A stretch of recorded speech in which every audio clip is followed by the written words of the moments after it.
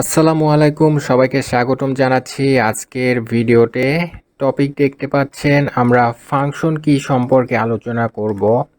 Function কি রয়েছে 12টি, F1 থেকে F12 পর্যন্ত, এবং কোনটির কি কাজ সেটা আজকে আমরা দেখব।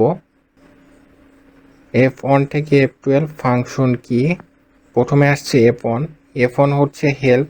আমরা যদি কিবোর্ডের F1 বাটনটি প্রেস করি তখন হেল্প অপশনটি চলে আসবে। সেখানে আমরা যে কোনো সাহায্য পেতে পারি, যেটা কম্পিউটারে সেভ অবস্থায় থাকলে সেখান থেকে পেতে পারি, কিংবা অনলাইনে চলে যাবে কোনো লিঙ্কে, সেই সম্পর্কে উত্তর চলে আসতে পারে এরকম। F2 হচ্ছে ফাইল রিনেম। আমরা যে কোনো ফোল্ডার বা ফাইলে গিয়ে সেখানে ক্লিক করার পরে যদি F2 চেপে ধরি, দেখবেন যে সেখানে আমরা টাইপ করে রিনেম করতে পারছি। F3 হচ্ছে সার্চ। আমরা F3 চেপে যে কোনো বিষয়ে সার্চ দিতে পারি। F4 হচ্ছে শাটডাউন বা ক্লোজ। আমরা কোনো ফাইল বা প্রোগ্রাম বন্ধ করতে চাইলে F4 চেপে অফ করতে পারি। F5 হচ্ছে রিফ্রেশ।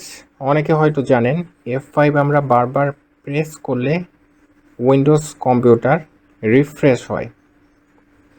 F6 হচ্ছে highlight web address selection.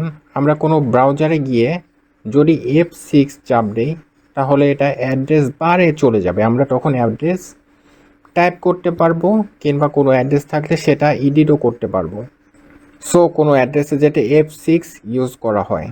F7 হচ্ছে গ্রামার অ্যান্ড স্পেলিং কারেকশন। এটা আমরা MS ওয়ার্ড বা ওয়ার্ড ডকুমেন্ট ফাইলে যখন কাজ করি সেক্ষেত্রে আমরা গ্রামার এবং স্পেলিং কারেকশনটা দেখে নিতে পারি F7 প্রেস করে। F8 হচ্ছে বুট মেনু। F9 হচ্ছে ওয়ার্ড ফাইল রিফ্রেশিং। MS ওয়ার্ডে আমরা যখন টাইপিংয়ের কাজ করি তখন আমরা সেটাকে রিফ্রেশ করতে পারি F9 প্রেসের মাধ্যমে। F10 হচ্ছে মাইক্রোসফট ওয়ার্ডে যখন আমরা কাজ করি তখন মেনু বারটা অ্যাক্টিভ করতে পারি F10 প্রেস করে। আরেকটা জিনিস নোট করে রাখবেন, শিফট প্লাস F10 একসাথে যদি প্রেস করা হয়, শিফট বাটন এবং F10 বাটন, তাহলে মাউসের রাইট ক্লিক হবে। আর রাইট ক্লিকটা আপনারা জানেন, যে কোনো ক্ষেত্রে মাউসের রাইট ক্লিক করলে একটা ডায়লগ বক্স আমরা দেখতে পারি। সো সেটা যে কোনো ক্ষেত্রে, যে কোনো ফোল্ডারে বা ব্রাউজারে বা ডকুমেন্টে আমরা এটা দেখতে পারি শিফট প্লাস F10 প্রেস করে। তারপর হচ্ছে F11 হচ্ছে ফুল স্ক্রিন। কম্পিউটারে কোনো প্রোগ্রাম ইউজ করার সময় যদি ফুল স্ক্রিন করতে চাই তখন F11 চেপে আমরা ফুল স্ক্রিন করতে পারি।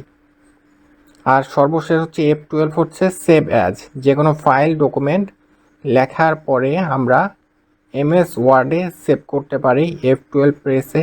এছাড়াও অন্যান্য প্রোগ্রামে আমরা ঠিক একইভাবে সেভ করতে পারি।